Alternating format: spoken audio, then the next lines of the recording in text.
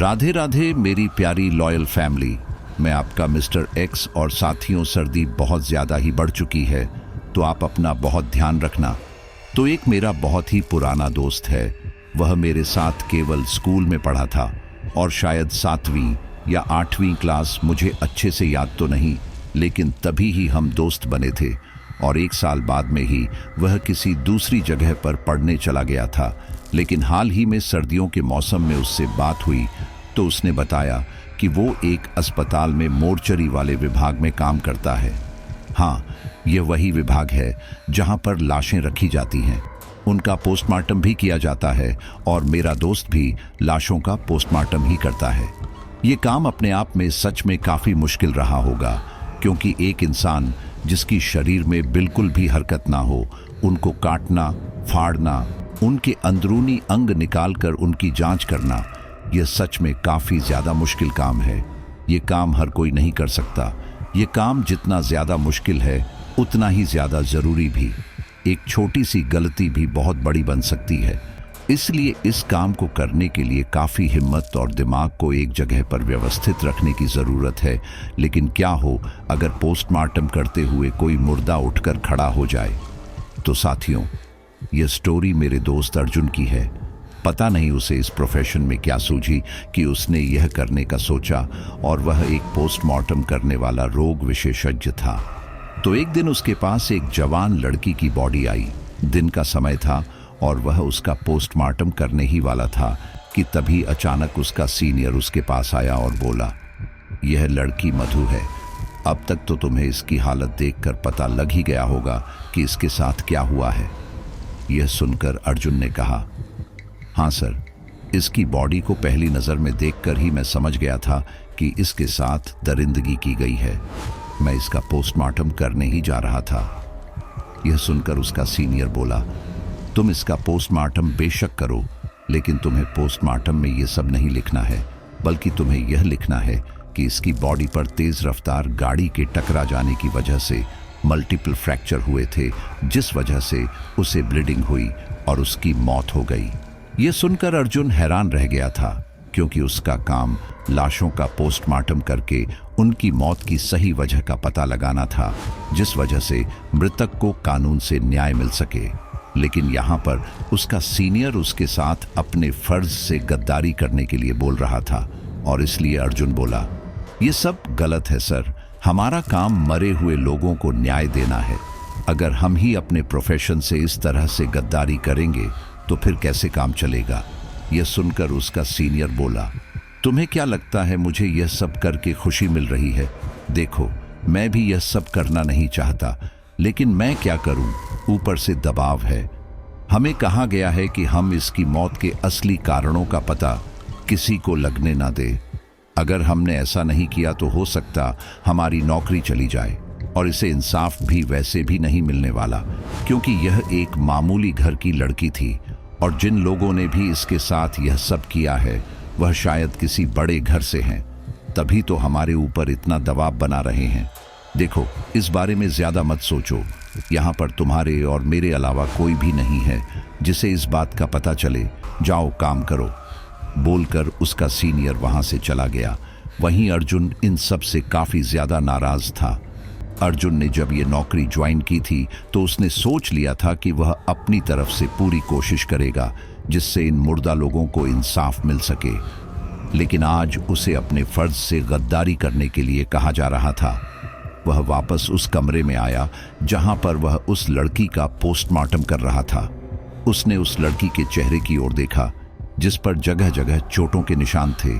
शरीर पर कई कई जगह पर दांत काटने के निशान थे। उसकी हालत देखकर साफ पता चल रहा था कि उसके साथ कितनी बेरहमी से यह सब किया गया था। उसके हाथ आज तक कांपे नहीं थे, लेकिन आज पहली बार गलत रिपोर्ट बनाने के लिए कांप रहे थे। उसने गहरी सांस ली और फिर धीमे से कहा, इन लोगों को मेरे साथ जो करना है करें, लेकिन मैं इस लड़की के साथ अन्याय नहीं होने दूंगा। मैं इसकी सही रिपोर्ट बनाऊंगा और आगे दूंगा। इसके बाद इन्हें अगर मुझे नौकरी से निकालना है तो निकाल दें। मैं कोई छोटी मोटी नौकरी करके अपना गुजारा करूंगा, लेकिन इसके साथ अन्याय नहीं होने दूंगा।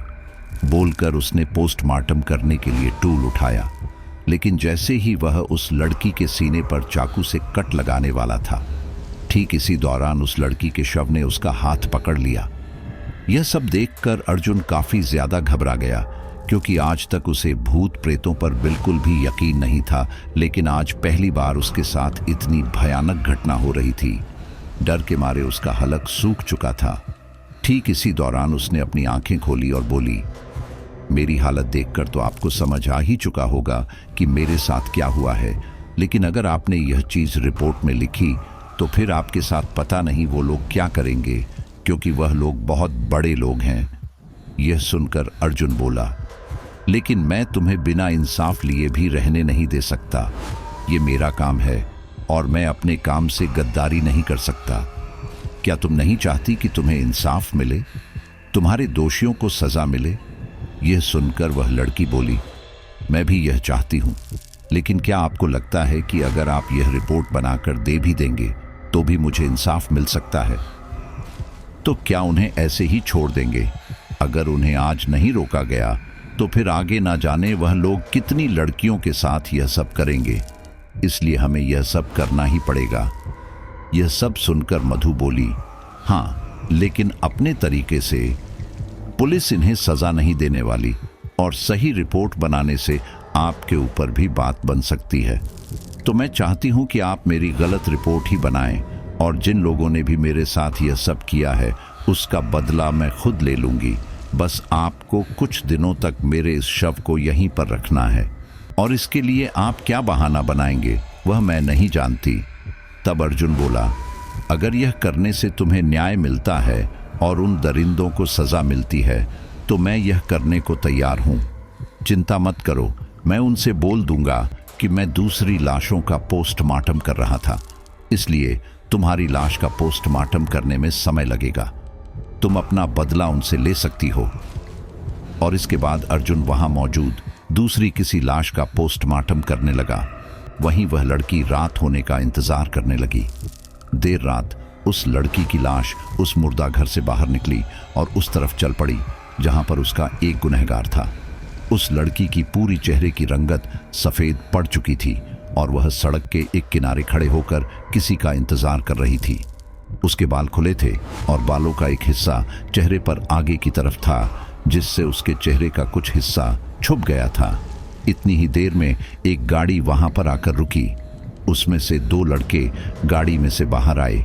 ये उस लड़की के 5 गुनहगारों में से थे, जिनमें एक का नाम कदम्ब और दूसरे का वसीम था। उनमें से एक लड़का कंदब बोला, अरे मैडम, कहाँ जाना है आपको? आप कहो तो हम आपको छोड़ दें। यह सुनकर मधु ने अपना चेहरा ऊपर की तरफ किया। उसे देखकर वह दोनों लड़के काफी ज्यादा घबरा गए और तेजी से दौड़कर अपनी गाड़ी में जा बैठे। ठीक इसी दौरान उनमें से एक लड़का वसीम बोला, अरे इसे तो हमने मार दिया था ना, तो ये जिंदा कैसे हो गई? कहीं ये कोई भूतनी तो नहीं? ये सुनकर कदम्ब बोला, अरे छोड़ उसे, उससे हमें क्या मतलब? जल्दी से यहां से गाड़ी भगा। जितनी हमने पी थी वह सारी उतर गई। इसके बाद वे लोग गाड़ी स्टार्ट करके वहां से जाने की कोशिश करने लगे, लेकिन उनकी गाड़ी थी कि स्टार्ट हो ही नहीं रही थी। और फिर ठीक अगले ही पल वह लड़की अपनी जगह से उनके पास आने लगी। यह सब देखकर वह लोग काफी ज्यादा घबरा गए और उन्होंने अपनी गाड़ी स्टार्ट करने की रफ्तार और ज्यादा तेज कर दी, लेकिन उनकी गाड़ी स्टार्ट ही नहीं हो रही थी। अगले ही पल मधु उनकी गाड़ी के एकदम पास आ गई थी, इसलिए उन लोगों ने गाड़ी छोड़कर वहां से भागने में ही अपनी भलाई समझी।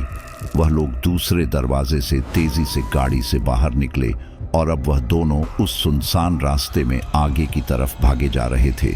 इस दौरान वह दोनों चीखते हुए मदद की गुहार लगा रहे थे, लेकिन वहां आसपास उनकी मदद करने के लिए कोई भी नहीं था।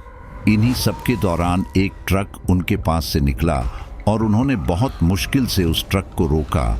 ट्रक रोकते ही ड्राइवर बोला, अरे तुम लोगों को मरने का शौक होगा, लेकिन मेरी गाड़ी के आगे क्यों आ रहे हो? हटो यहां से। ये सुनकर वसीम घबराते हुए बोला, देखो भाई साहब, एक भूतनी हमारे पीछे पड़ी है, तो प्लीज आप हमारी मदद करो। यहां से निकलने में आप हमें अपने ट्रक में लिफ्ट दे दो। इन दोनों ने कितनी ज्यादा शराब पी रखी थी, वह उनकी आंखों से साफ पता चल रहा था और सुनसान रास्तों पर अक्सर ऐसे शराबी और नशेड़ी लोग अनजान गाड़ियों को रोककर मदद के बहाने उनसे लूटपाट करते हैं। उस ड्राइवर के साथ एक बार ऐसा हो चुका था। इसकी वजह से उसने गुस्से में कहा, मैं एक बार पहले भी तुम्हारी ही तरह किसी की मदद करने के चक्कर में बहुत बुरी तरह फंस चुका हूं। पूरे 2 लाख का माल उड़ा लिया था उन लोगों ने मेरा, और अब तुम लोग चाहते हो कि मैं दोबारा से उस मुसीबत में पड़ूं? गाड़ी के सामने से हट जाओ, वरना मैं तुम्हें उड़ा दूंगा। इसके बाद वह ट्रक वाला तेजी से वहां से निकल गया और तभी कदम्ब बोला, अरे यार, अब क्या करें? इस सड़क पर तो कोई भी नजर नहीं आ रहा और हमारे पीछे से मौत हमारी तरफ आ रही है। यह सुनकर वसीम गुस्से में बोला, यह सब तेरी गलती है। किसने कहा था कि शहर से बाहर आकर पार्टी करने के लिए? अब देख लेने के देने पड़ गए ना। वे दोनों आपस में यह बातें कर ही रहे थे कि तभी अचानक उनमें से एक की नज़र अपने पास आ रही मधु के साए पर पड़ी और यह देखकर वह दोनों बहसबाजी करना छोड़कर वहां से भागने लगे। वे दोनों तेजी से वहां से भागने लगे और इन्हीं सब के दौरान वह दोनों सामने से आई हुई एक गाड़ी से जा टकराए। अगले दिन जब उन दोनों की आंखें खुली तो उन्होंने खुद को अस्पताल के अंदर पाया। सब लोगों ने उनसे इस तरह से अचानक से गाड़ी के नीचे आने का कारण पूछा तो उन लोगों ने किसी को कुछ भी नहीं बताया, क्योंकि वह जिस लड़की से डरकर भाग रहे थे उसकी मौत के पीछे इन लोगों का ही हाथ था। लेकिन उन लोगों ने ये बात अपने कुछ लोगों और अपने साथियों को जरूर बताई।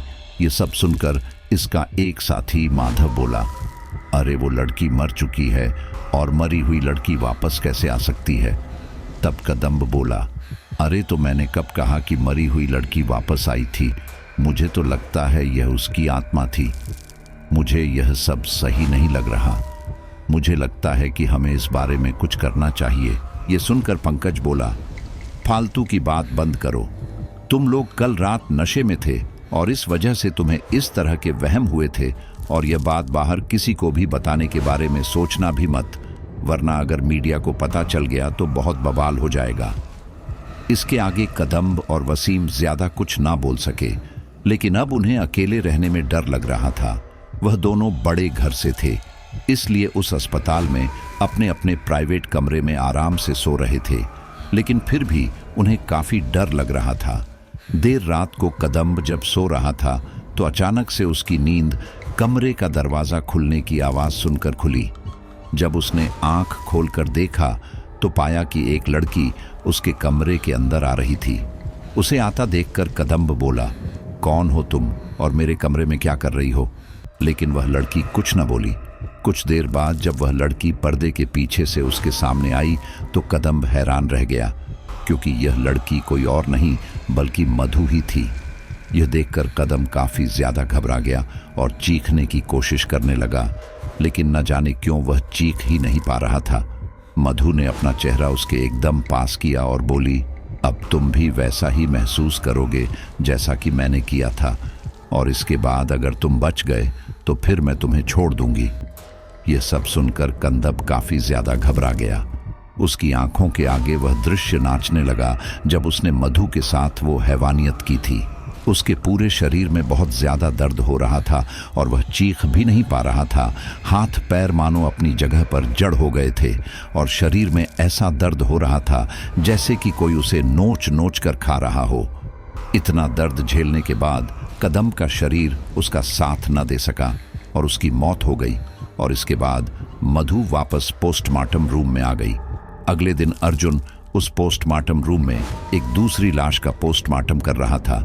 इसी दौरान मधु कुर्सी पर बैठी हुई थी और वह मुझे बहुत ही हैरानी से देख रही थी। कुछ देर बाद वह बोली, क्या आपको इससे डर नहीं लगता? मतलब कि इंसानों की लाशों के अंगों को निकाल निकाल कर देखना। यह सुनकर अर्जुन ने कहा, इसमें डरने की कोई बात नहीं है, बल्कि मुझे खुशी इस बात की होती है कि मेरे इस काम की वजह से किसी को इंसाफ मिलता है। मुझे माफ कर दो, शायद मैं तुम्हें इंसाफ ना दिला पाऊं। यह सुनकर मधु बोली, जो सजा मैं उन दरिंदों को दे रही हूं वह शायद उन्हें कानून भी न देता, इसलिए आप मेरी इसमें काफी मदद कर रहे हैं। और इसके बाद मधु ने उसे बताया कि कैसे उसने अपने एक गुनहगार कदम्ब को मौत के घाट उतार दिया है।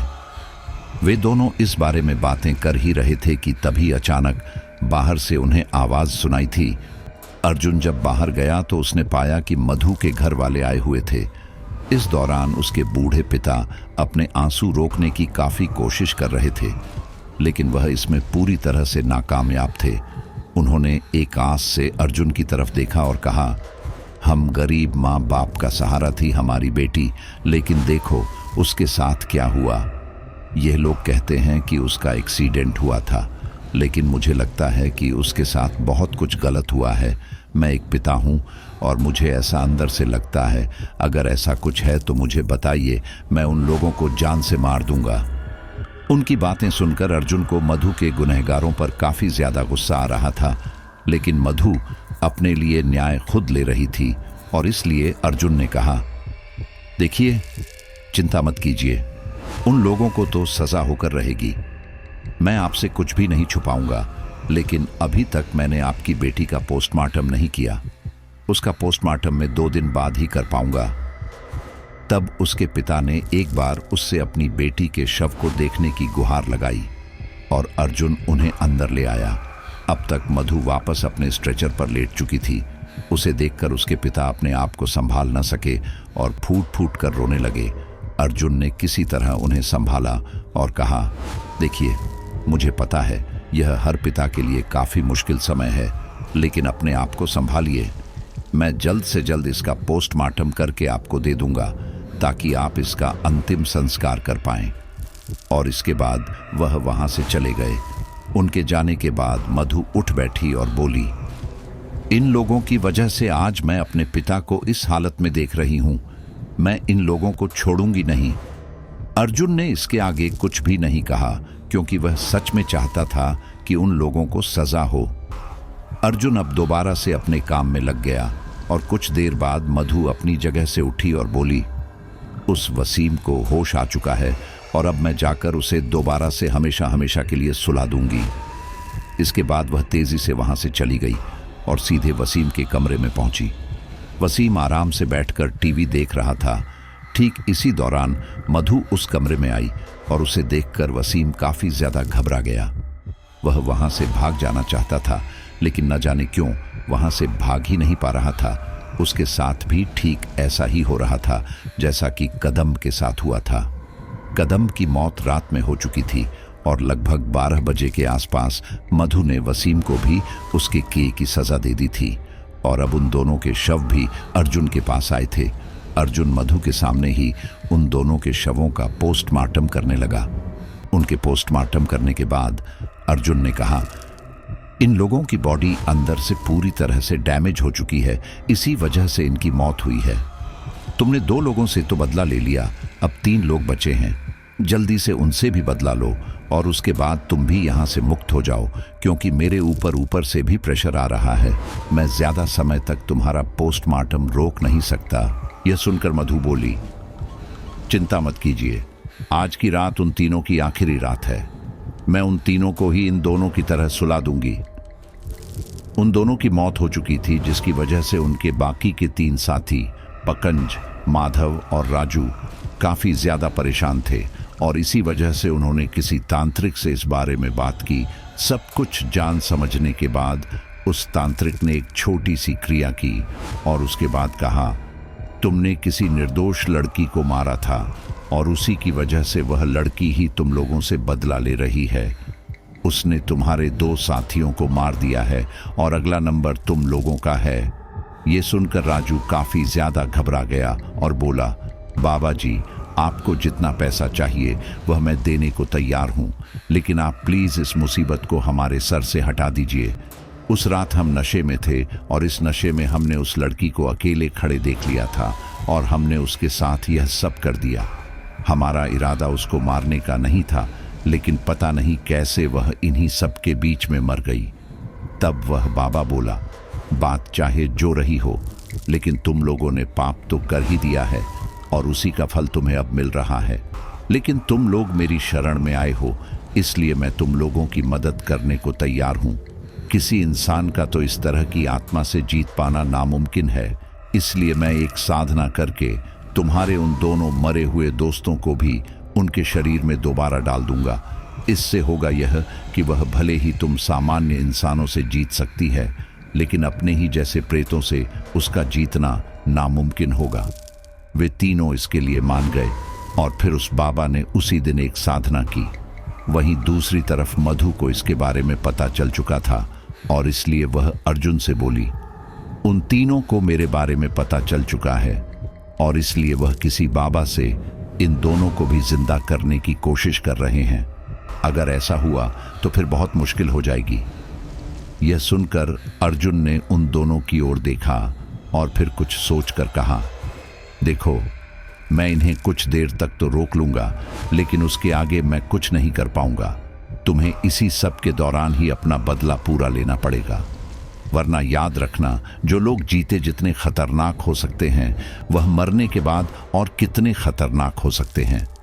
यह सुनकर मधु बोली, आपने मेरे ऊपर काफी एहसान किए हैं, लेकिन यह सब करना आपके लिए खतरनाक हो सकता है। यहाँ पर यह कोई सामान्य इंसान नहीं है, बल्कि यह उन्हीं दरिंदों के प्रेत होंगे। यह सुनकर अर्जुन ने कहा, बहन, मैंने यह काम इसलिए शुरू किया था ताकि मैं लोगों को इंसाफ दिला सकूं, लेकिन अगर तुम्हारे केस में मैं तुम्हें इंसाफ नहीं दिल पाया तो मेरा यहाँ तक आने का क्या फायदा। और अगर तुम्हें इंसाफ दिलाने के लिए मुझे कुछ भी बन पड़ेगा, वह मैं करूँगा। आज तुम्हारे और इन लोगों के बीच में मैं एक दीवार बनकर खड़ा रहूँगा। मैं उस समय तो तुम्हें बचा नहीं पाया, लेकिन मैं अब कोशिश करूँगा कि यह तुम्हारे बीच में ना आए। भगवान ने चाहा तो तुम अपने मकसद में ज़रूर कामयाब होगी। मधु इसके लिए मान गई और फिर अर्जुन भी इन लोगों को रोकने की अपनी तैयारी में लग गया। अर्जुन ने मधु से जान समझकर यह पता कर लिया था कि मधु पवित्र चीज़ों के पास नहीं जा सकती, तो इसका मतलब यह भी पवित्र चीज़ों के पास नहीं जा सकते थे। और इसलिए अर्जुन ने इन दोनों के स्ट्रेचर के आसपास बहुत सारी पवित्र चीज़ रख दी और अब यह उस पवित्र चीज़ों में कैद थे। रात होते ही मधु उस जगह से अपना बदला लेने के लिए निकल पड़ी। वहीं दूसरी तरफ उसके जाने के बाद अर्जुन ने वहां चारों ओर भी पवित्र चीज़ों से एक बंधन बना दिया, ताकि अगर बाई चांस वह लोग उस बंधन को पार कर जाए तो इस बंधन को पार ना कर पाए। मधु के जाने के बाद उन दोनों के शवों में भी हलचल होने लगी और वे दोनों उठ बैठे। उठते ही कदम्ब बोला, इन लोगों ने हमारी बात पर विश्वास नहीं किया और अब देखो, अपनी जान बचाने के लिए हमें ही बुला लिया। ये सुनकर वसीम बोला, हाँ, तूने सही कहा, लेकिन अब क्या करें, उनकी मदद करें या नहीं? ये सुनकर कदम्ब बोला, हमारी इच्छा हो या ना हो, हमें उनकी मदद करनी ही पड़ेगी, क्योंकि उन लोगों ने हमें अपनी मदद के लिए ही बुलाया है। और दूसरी बात, हमें उस लड़की से अपना हिसाब भी तो पूरा करना है। अब हम भी उसी की तरह है, तो अब देखते हैं कि किसकी चलती है। पिछली बार तो उसे मारने का हमारा कोई इरादा नहीं था, लेकिन इस बार तो मैं उसे तड़पा तड़पा कर ख़त्म करूंगा। और इसके बाद वह दोनों वहां से बाहर निकलने की कोशिश करने लगे, लेकिन पवित्र चीज़ों के आसपास होने की वजह से वह लोग वहां से बाहर नहीं जा पा रहे थे। यह सब देखकर कंदब गुस्से में बोला, यह पवित्र चीज़ से बना हुआ घेरा है, ये यहाँ पर वह लड़की तो नहीं रख सकती, ज़रूर उस लड़की के साथ कोई मिला हुआ है। यह सुनकर वसीम बोला, जो यहाँ पर काम करता है वही होगा, उसे पता चल गया होगा कि हम भी वापस आ चुके हैं और इसी वजह से उसने हमें रोकने के लिए यह सब किया है। अब हमें क्या करना चाहिए? यह सुनकर कदम्ब गुस्से में बोला, हमें कैसे भी करके यहाँ से बाहर निकलना ही पड़ेगा। एक बार हम यहाँ से बाहर निकल जाएं, उसके बाद पहले नंबर पर तो उस आदमी को देखते हैं और उसके बाद उस लड़की को। वहीं दूसरी तरफ मधु अब वहां पहुंच चुकी थी जहां पर वे तीनों थे। वे तीनों मधु से बचने के लिए एक जगह पर रुके हुए थे। इस दौरान उन लोगों ने हाथों में बंदूक भी ली रखी थी, ताकि अगर मधु उनके ऊपर हमला करे तो वो लोग उसे मार पाएं। कुछ देर बाद वहां की लाइट चली गई। यह देखकर राजू घबराते हुए बोला, अरे, यह अचानक से इस घर की लाइट कैसे बुझ गई, जबकि यहाँ तो पावर सप्लाई के लिए दूसरा ऑप्शन भी है। यह सुनकर माधव बोला, अरे चिंता क्यों करता है, हो सकता है कि नीचे कुछ गड़बड़ हो, चल कर देखते हैं। यह सुनकर राजू बोला, एक तो वैसे ही मौत यहाँ पर सर पर है, ऊपर से हम उस कमरे में जाएंगे? बिल्कुल नहीं, मैं तो यहीं पर दरवाज़ा लगा कर रहूँगा। यह सुनकर पंकज बोला, बात को समझने की कोशिश कर। अभी अकेले रहना हम सबके लिए ठीक नहीं है। अगर हम सब साथ में रहेंगे तो कम से कम वह लड़की हमारे ऊपर हमला करने से पहले सोचेगी। अगर अकेले रहेंगे तो उसके लिए काम आसान हो जाएगा। इसके बाद राजू उसके लिए मान गया और फिर उसके बाद यह तीनों उस कमरे से निकलकर नीचे की तरफ आए। यह लोग अंधेरे में अपने फ़ोन की टॉर्च जलाकर नीचे जा रहे थे कि तभी अचानक उनके फ़ोन की बैटरी रहस्यमयी ढंग से गायब हो गई और एक एक करके इन तीनों के ही फ़ोन की टॉर्च बंद हो गई। अब वहाँ पर बिल्कुल ही अंधेरा था। ये देखकर राजू घबराते हुए बोला, देखा, ये सब शुरू हो गया। मैं तो बोलता हूँ दोबारा कमरे में लौट चलते हैं। ये सुनकर पंकज बोला, हम लोग उस कमरे से काफ़ी आगे आ चुके हैं, इसलिए अभी नीचे ही चलते हैं। इससे कम अगर हमें भागना पड़ा तो हम सीधे भाग तो पाएंगे। बाकियों को भी यह बात सही लगी और उसके बाद वह सारे अंधेरे में ही उन सीढ़ियों से नीचे उतरने लगे। वहाँ इतना ज़्यादा अंधेरा था कि कुछ भी दिखाई नहीं दे रहा था और इसलिए वह लोग सीढ़ियों की रेलिंग पकड़ के नीचे उतर रहे थे। लेकिन इसी दौरान उनमें सबसे आगे चल रहे माधव का पैर किसी ने पकड़कर नीचे की ओर खींचा। उसके पीछे मौजूद दोनों लोगों ने एक एक हाथ उसके कंधे पर रखा हुआ था, जिससे यह लोग साथ में थे। लेकिन एकदम से माधव के नीचे गिरने की वजह से वह लोग भी अपना संतुलन बना ना सके और वह भी उसके साथ नीचे गिर पड़े। उन लोगों को काफ़ी चोटें आई थीं, लेकिन यहाँ पर उनके लिए रोने का समय नहीं था। माधव की गलती की वजह से यह लोग नीचे गिर गए थे। इसलिए पंकज गुस्से में बोला, तेरा दिमाग तो ठिकाने पर है, तू सही से क्यों नहीं चल रहा? देख, तेरी वजह से हम भी गिर गए। यह सुनकर माधव हैरानी से बोला, मेरी बात का यकीन करो, मैंने कुछ भी नहीं किया। किसी ने मेरा पैर पकड़कर नीचे गिराया था और उसके हाथ बर्फ से भी ज्यादा ठंडे थे। यह सुनकर राजू घबराते हुए बोला, लगता है वह लड़की यहाँ आ गई है हमें मारने के लिए। देखो लड़की, तुम चाहे जो कोई भी हो, मुझे माफ़ कर दो। मेरा इरादा ऐसा नहीं था, मैं तो पीता भी नहीं था। मेरे इन दोस्तों ने मुझे उस दिन ज़बरदस्ती पिला दी थी और उसके बाद मुझे पता ही नहीं था कि मैं क्या कर रहा हूँ। और तुम्हारा अपहरण करने का आइडिया भी इन्हीं लोगों का था, मेरा नहीं था। इसलिए मुझे छोड़ दो, मैं खुद को कानून के हवाले कर दूंगा, लेकिन प्लीज़ मुझे जाने दो।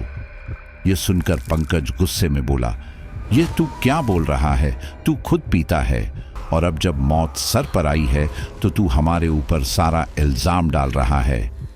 वह लोग बहस कर ही रहे थे कि तभी अचानक अंधेरे में किसी ने राजू के बाल पकड़े और उसे ज़बरदस्ती घसीटते हुए नीचे मौजूद एक कमरे के अंदर लेकर गई और इसी के साथ ही वह कमरा बंद हो गया। इस दौरान राजू के चीखने की आवाज़ें कमरे से लगातार आ रही थीं। वह आवाज़ सुनकर माधव और पंकज काफ़ी ज़्यादा घबरा गए, लेकिन इसी दौरान पंकज बोला, हमारे पास अच्छा मौका है, जब तक वह इसे मारती है हम लोग यहाँ से निकल लेते हैं। माधव को भी यह बात ठीक लगी और फिर उसी समय पंकज और माधव वहाँ से निकलकर भाग गए।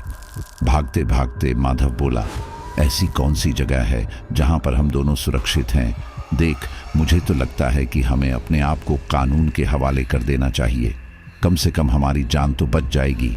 ये सुनकर पंकज बोला, पागल हो गया क्या? और फिर हम लोग लंबा फंसेंगे। वह अलग एक काम करते हैं, अभी के अभी रेलवे स्टेशन चलते हैं और फिर वहाँ से ट्रेन पकड़ के किसी दूसरे शहर में चलते हैं, कम से कम हमारी जान तो बच जाएगी। मुझे नहीं लगता कि वह दूसरे शहर में हमें मारने आएगी।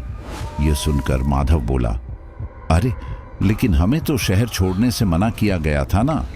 यह सुनकर पंकज बोला, अरे छोड़ इस बात को, यहाँ जान के लाले पड़े हैं और तू ये बात बोल रहा है। अभी के अभी शहर छोड़कर चलते हैं, जो होगा देखा जाएगा। वहीं दूसरी तरफ कदम और वसीम उस जगह से बाहर आने की कोशिश कर रहे थे, लेकिन वह आ नहीं पा रहे थे। फिर इसी दौरान वसीम बोला, देख, हम लोग मर चुके हैं और फिलहाल के लिए हम अपने मुर्दा शरीर में हैं, इसीलिए हम यह घेरा कैसे भी करके अगर पार कर लें तो हमारा कुछ नहीं होगा। ज्यादा से ज्यादा यह शरीर बुरी तरह से क्षतिग्रस्त हो जाएगा। यह सुनकर कदम्ब बोला, हाँ, यह तो तू सही कह रहा है, इसलिए एक काम करते हैं, हम दोनों में से कोई एक इस पवित्र घेरे के ऊपर लेट जाएगा, जिससे दूसरा वाला उस पर पैर रखकर दूसरी तरफ चला जाएगा और एक बार उस पार जाने के बाद दूसरा उसे बाहर निकालने का सोचेगा। वसीम को भी यह बात सही लगी और अब वसीम अपना धड़ उस घेरे के बाहर रखकर लेट गया। इस दौरान वह लगभग चीखते हुए बोला, जल्दी कर, वैसे तो हम दोनों मर चुके हैं, लेकिन पता नहीं क्यों इस पवित्र चीज के पास रहने की वजह से मुझे बहुत तकलीफ हो रही है। इसके बाद कदम्ब ने ज्यादा समय ना गंवाते हुए उस घेरे को पार किया और अब कदम्ब वहां से बाहर आ चुका था। अब वह सोच रहा था कि आखिर वसीम को बाहर कैसे लाया जाए। इन सब के दौरान वसीम बुरी तरह से कांप रहा था और फिर अगले ही पल उसके शरीर का वह हिस्सा जो पवित्र घेरे के अंदर था वह कटकर अलग हो गया और अब उसका कमर तक का हिस्सा घेरे से बाहर था और कमर से निचला हिस्सा घेरे के अंदर बेजान पड़ा था। ये देखकर कदम्ब हैरानी से बोला, अरे यह क्या हो गया? तब वसीम बोला, छोड़ इसे, जो हो गया सो हो गया, अब जल्दी जल्दी से यहाँ से बाहर निकलते हैं। इसके बाद वसीम अपने हाथों के बल चलते हुए कदम्ब के साथ उस मुर्दा घर से बाहर आने लगा। मुर्दा घर के बाहर आते ही उन्हें एक तेज झटका लगा और वह लोग थोड़ा अंदर की ओर आ गए। यह देखकर कदम्ब बोला, ये जो कोई भी है बहुत चालाक है, इसने पूरी प्लानिंग करके हमें इन सब से दूर रखने की कोशिश की है। अब हम क्या करेंगे वह समझ नहीं आ रहा। अर्जुन उस मुर्दा घर के पास कहीं छुप गया था और यह नज़ारा अपनी आंखों से देख रहा था। उसे इतना ज़्यादा डर लग रहा था कि पता नहीं इन सब के बाद वह कोई पोस्टमार्टम कर भी पाएगा कि नहीं।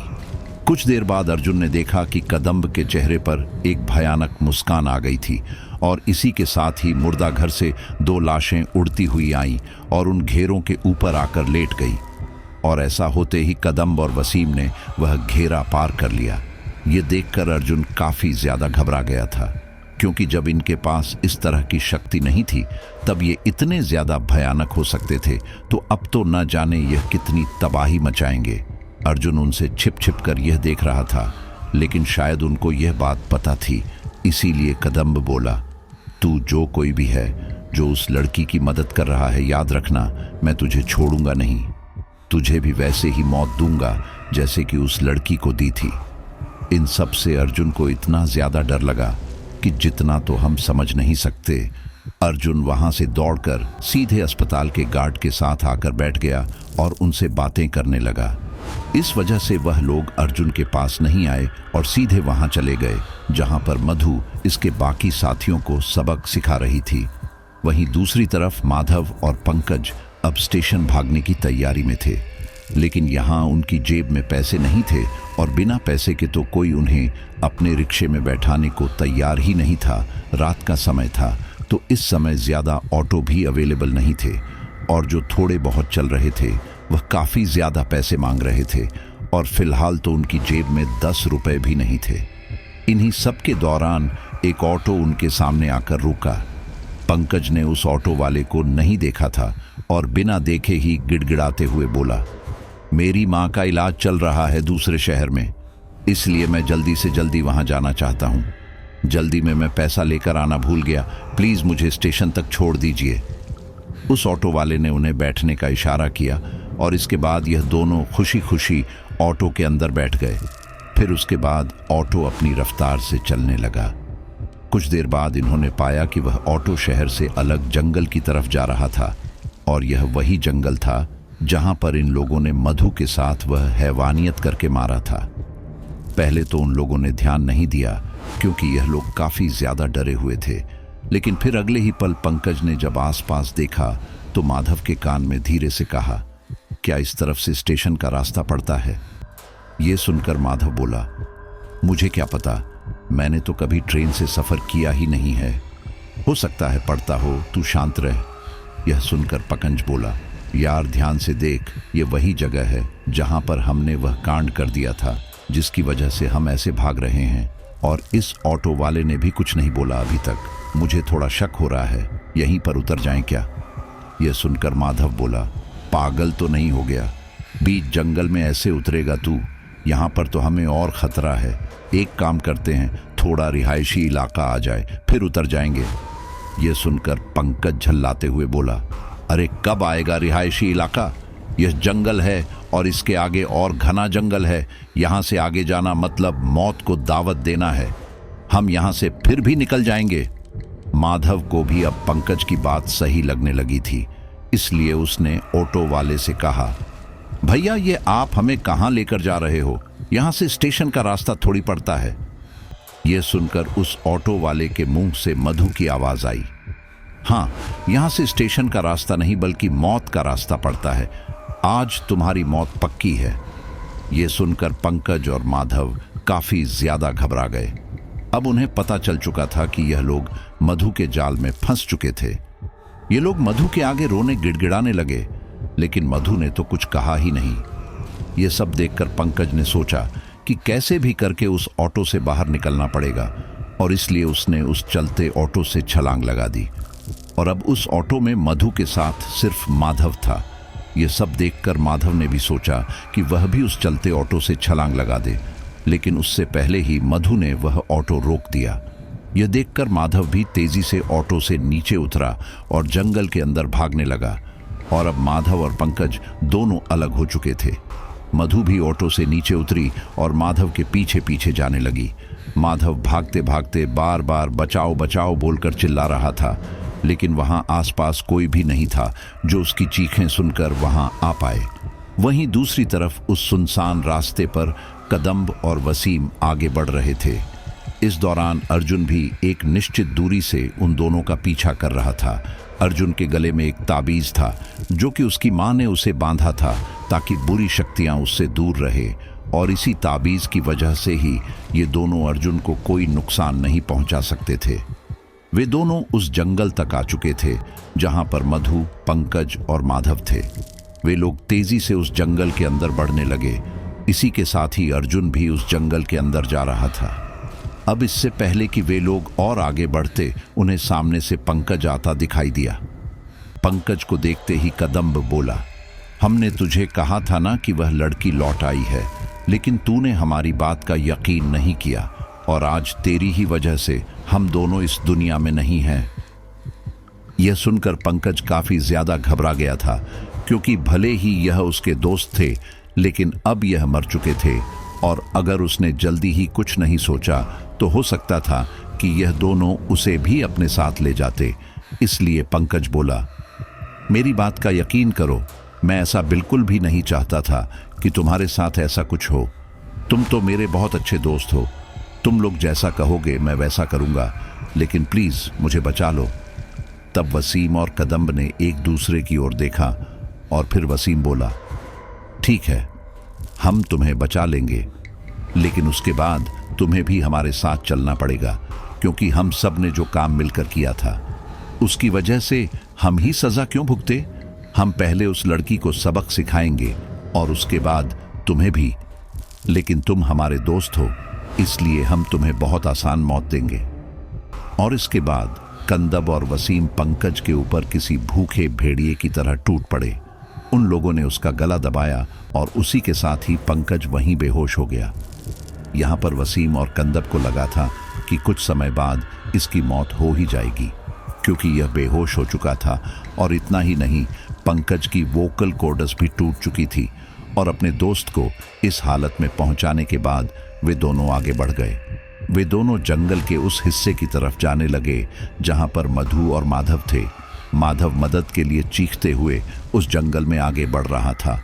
मधु चाहती तो उसे जल्दी ही खत्म कर सकती थी, लेकिन उसे यूं तड़पता देखकर उसे काफी अच्छा लग रहा था, और इसलिए वह उसे ऐसे ही तड़पा तड़पा कर मारना चाहती थी।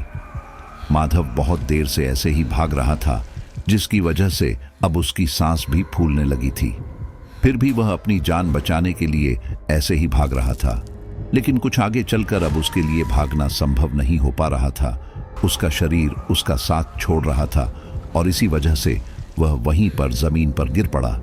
मधु अब तक उसके पास आ चुकी थी, और अब माधव को समझ आ चुका था कि उसका बचना नामुमकिन है। उसने हांफते हुए हाथ जोड़े और आखिरी बार उसे छोड़ देने के लिए कहा।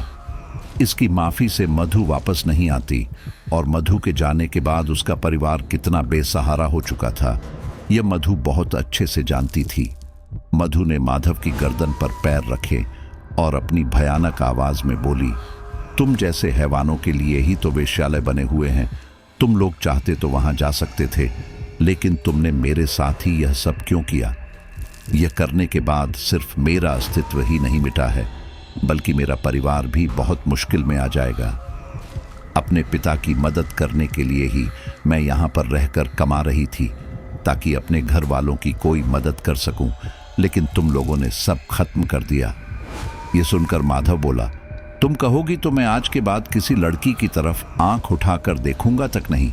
मैं शादी भी नहीं करूंगा और मैं तुम्हारे घर वालों का हमेशा ख्याल रखूंगा, लेकिन प्लीज तुम मुझे छोड़ दो।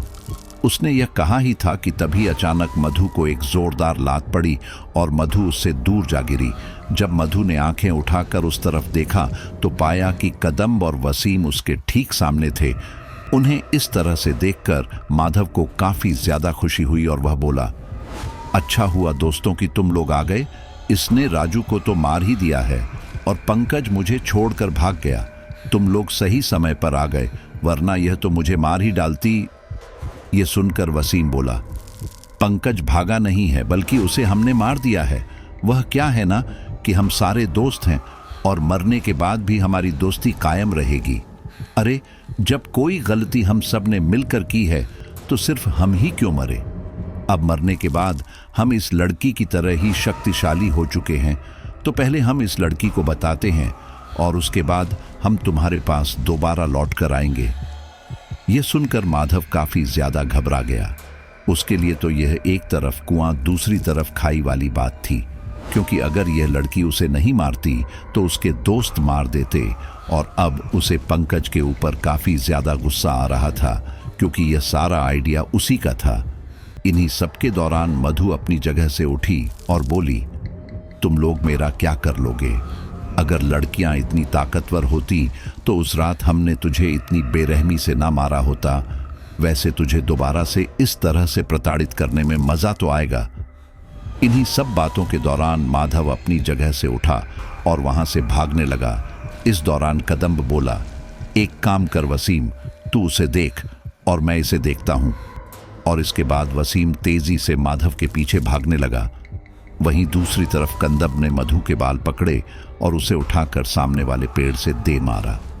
कुछ देर तक यह सब चलता रहा और फिर एक समय बाद मधु ने उसके हाथ पकड़े और भयानक ढंग से मुस्कुराते हुए बोली, क्या तुम में बस इतना ही दम था? तुम मुझे मार पाए क्योंकि मैं चाहती थी कि दोबारा मरने से पहले तुम्हें यह मलाल न रहे कि तुम इतनी शक्तियां पाने के बाद भी कुछ ना कर पाए। और इसके बाद मधु ने उसे ऐसा जोरदार थप्पड़ मारा कि वह उड़ते हुए वहां से 2 फीट पीछे जा गिरा। वहीं दूसरी तरफ वसीम तेजी से माधव के पीछे भाग रहा था। अपने पीछे वसीम को इस तरह से आता देखकर वह काफी ज्यादा घबरा गया था। ऊपर से वसीम के कमर का निचला हिस्सा भी गया था, जिस वजह से वह काफी ज्यादा भयानक लग रहा था। इस दौरान माधव भागते हुए बोला, मुझे माफ कर दे दोस्त, लेकिन इन सब में भला मेरी क्या गलती? याद है हमने दोस्ती में कहा था कि हम लोग एक दूसरे के ऊपर आई सारी मुसीबतें अपने सिर ले लेंगे, और आज तू मेरी जान लेने के पीछे पड़ गया है। हम दोनों ने साथ में काफी अच्छे बुरे काम किए हैं और तू हमारी दोस्ती इतनी जल्दी भूल गया। अब इससे पहले कि वसीम कुछ बोलता, वसीम ने एक तेज छलांग मारी और सीधे माधव के ऊपर जा गिरा। माधव पेट के बाल जमीन पर गिर पड़ा था और वसीम उसके ऊपर था। और इसी दौरान वसीम भयानक ढंग से मुस्कुराते हुए बोला, मैं कहाँ कुछ भुला हूं मेरे प्यारे दोस्त, मैं अपनी दोस्ती निभा रहा हूं। हम लोग जीते जी साथ रहे थे और अब तुम्हें मारकर भी हम साथ में रहेंगे। इसके बाद वसीम ने माधव की गर्दन पर काटा। उसने इतनी जोर से उसकी गर्दन पर काटा था कि उसकी गर्दन से मांस का एक बड़ा टुकड़ा वसीम के मुंह में आ गया था। माधव की गर्दन में से खून का फव्वारा फूट पड़ा था, जो कि आसपास की जमीन को गीला कर रहा था। उसे काफी ज्यादा दर्द हो रहा था, लेकिन वसीम ने उसके ऊपर बिल्कुल भी रहम नहीं किया। और अगले ही पल उसने उसकी पीठ में से भी मांस नोचना शुरू किया। वहीं दूसरी तरफ कदम्ब चाहकर भी मधु का मुकाबला नहीं कर पा रहा था। ये देखकर उसे काफी ज्यादा हैरानी हो रही थी और वह बोला, तुम भी एक आत्मा हो और मैं भी एक आत्मा हूं। हम दोनों ही मर चुके हैं और अपने अपने शरीरों में समाये हुए हैं, लेकिन फिर भी तुम मुझसे ज्यादा शक्तिशाली कैसे हो, जबकि तुम तो एक औरत हो।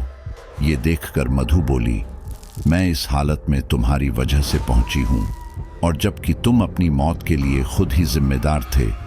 तुम लोगों ने जितनी ज्यादती मेरे साथ की, उसकी वजह से ही मैं इतनी शक्तिशाली हूं, जबकि तुम लोगों के साथ ऐसा कुछ भी नहीं हुआ था, बल्कि मेरे मरने के बाद भी मुझे इंसाफ के लिए ऐसे भटकना पड़ा। आज अगर मुझे सीधे तरीके से इंसाफ मिल गया होता तो शायद मैं ऐसे न भटकती। अब जैसे मेरे माता पिता अपनी औलाद के लिए तड़प रहे हैं, वैसे ही तुम्हारे माता पिता भी अपनी औलाद के लिए तड़पेंगे।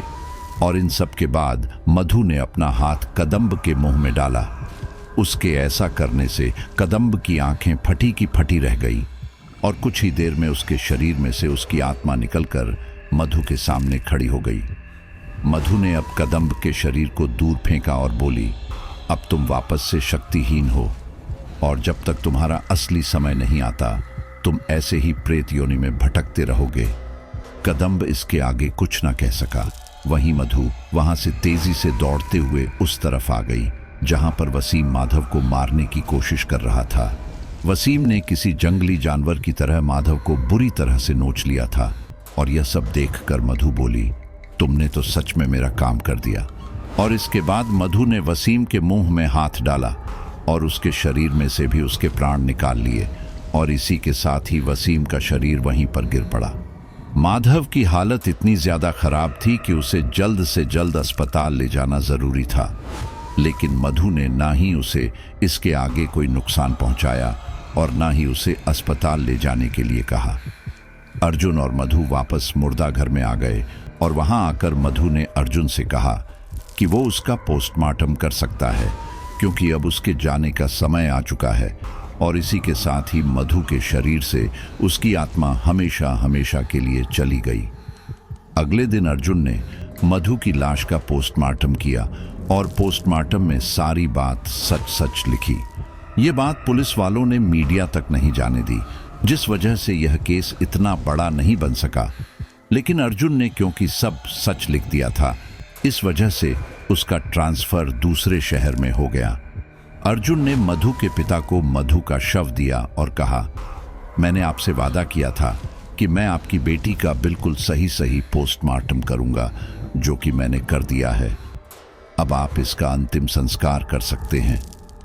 यह सुनकर मधु के पिताजी बोले, बहुत बहुत धन्यवाद, आपने तो अपना काम बहुत अच्छे से कर दिया, लेकिन मुझे नहीं लगता मेरी बेटी को इंसाफ मिल पाएगा।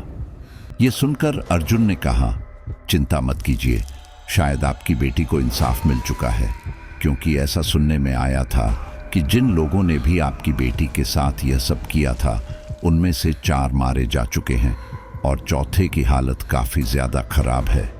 अगर वह बच भी गया तो पूरी जिंदगी बहुत ही बेकार जीवन जिएगा। आपकी बेटी बहुत अच्छी थी और मुझे लगता है कि उसे हमेशा अपने से ज्यादा आपकी चिंता रही थी। आप लोग अगर उसे खुश देखना चाहते हैं तो इस दुख को अपने दिल से निकाल दीजिए। इसके बाद अर्जुन ने अपना नंबर उन्हें दिया और कहा कि अगर भविष्य में उन्हें किसी भी चीज की जरूरत होती है तो वह उसे जरूर फोन कर सकते हैं।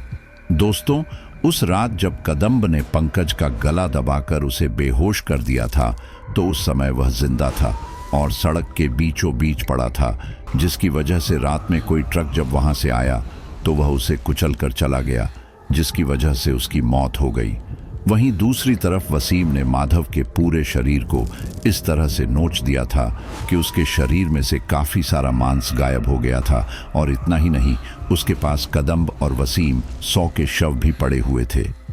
अर्जुन से इस बारे में पूछा गया तो उसने तो साफ कह दिया कि मुझे इस बारे में कुछ नहीं पता, और बाद में यही अनुमान लगाया गया कि इन तीनों दोस्तों ने ही अपने दोनों दोस्तों को जिंदा करने की कोशिश की होगी, और उसी के लिए इन्होंने मुर्दा घर से लाशें चुराई होंगी, और फिर ऐसा कुछ भयानक उनके साथ हो गया होगा।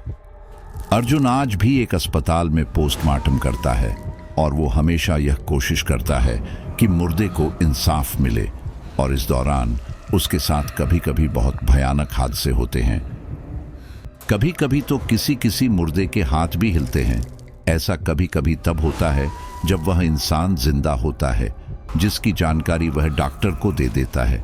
अर्जुन ने कहा कि वो यह काम करता रहेगा, लेकिन मधु के केस में जितना भयानक अनुभव उसने किया था, वह अनुभव वो दोबारा कभी नहीं करना चाहता, और ना ही वो ये चाहता है कि किसी भी लड़की को यह दिन देखना पड़े। देखो, यहाँ पर अर्जुन अगर कानून के द्वारा उसको न्याय दिलाने की कोशिश करता तो उसको कभी न्याय मिल ही नहीं पाता, क्योंकि आप हमारे देश की न्याय व्यवस्था को बहुत अच्छे से जानते हैं। यहाँ पर पीढ़ियाँ गुजर जाती हैं, लेकिन जो अमीर बिगड़ैल रईस होते हैं, वह कितने से भी कितना बड़ा कांड कर ले, उनको कोई सज़ा नहीं मिलती। क्योंकि अगर आपके पास पैसा है ना, तो आप सब कुछ कर सकते हैं। देखो, वह सब कुछ कहने की बातें हैं कि पैसा ही ज़िंदगी में सब कुछ नहीं होता, खुशियाँ ज़रूरी है, फलाना ढिमका, तो कोई कुछ नहीं होता। पैसा ही सबसे बड़ी चीज़ है। अगर आपके पास पैसा है तो आप जज खरीद लो, पुलिस खरीद लो, कोर्ट खरीद लो, सरकार खरीद लो। और बड़े बड़े आज उद्योगपति व्यापारी यही तो करते हैं।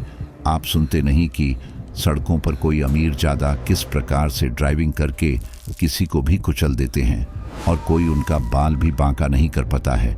और ऐसा केस कुछ समय पहले हुआ भी था कि एक अमीर बिगड़ैल शहजादे ने अपनी एक महंगी गाड़ी से सड़क पर कुचल दिया था कई लोगों को, लेकिन अब किसी को कुछ याद ही नहीं है। सब भूल गए हैं उस बात को। और ऐसे ही किसी भी लड़की को अपनी हवस का शिकार भी बना सकते हैं, तो कोई इनका कुछ नहीं बिगाड़ सकता। यहाँ पर केवल आत्मा ही है जिसे खुद अपनी ही हैवानियत का बदला लेना है। वह कोलकाता वाला केस आपको याद है? भूल गए ना? वह तो मैंने याद दिला दिया, वरना वह खबरों में आता ही नहीं है, क्योंकि सब कुछ यहाँ पर बिक जाता है। आपको पता है, कोई भी खबर जब लिखी जाती है ना, तो पहले वह बिकती है, उसके बाद उसको लिखा जाता है। तो आपको तो इन चीज़ों को अंदाज़ा नहीं होगा। अरे, हम इस चीज़ में जुड़े हुए हैं तो हमें पता है। न जाने कितने ऐसे बड़े बड़े कांड हैं जो आपके देश के बड़े बड़े नेता करके बैठे हुए हैं, लेकिन कोई कुछ नहीं कर सकता उनका, क्योंकि पैसा ही सब कुछ होता है। और अपने दिमाग में आप भी इस बात को बैठा लो तो ठीक रहेगा कि पैसा ही सब कुछ है और बाकी सब चीज़ केवल ढकोसले हैं। अच्छा, तो उम्मीद करता हूँ कि आपको मेरी बात अब पता नहीं अच्छी लगी है या नहीं लगी, वह तो आप मुझे बताएंगे। चलिए अब अपने कुछ साथियों का नाम लेते हैं। अविनाश दीप, रचना राय भूटान, पूजा शर्मा, पूनम धानक राजकोट, डॉक्टर मोहिनी सिंह, चौहान माया गुजरात, मनीषा प्रजापति दिल्ली, अब्दुल समद, अन्नू स्वाति यादव। सभी का बहुत बहुत धन्यवाद। और धन्यवाद ममता सहाय का। अच्छा, बहुत जल्दी मिलता हूँ आपसे नई स्टोरी के साथ।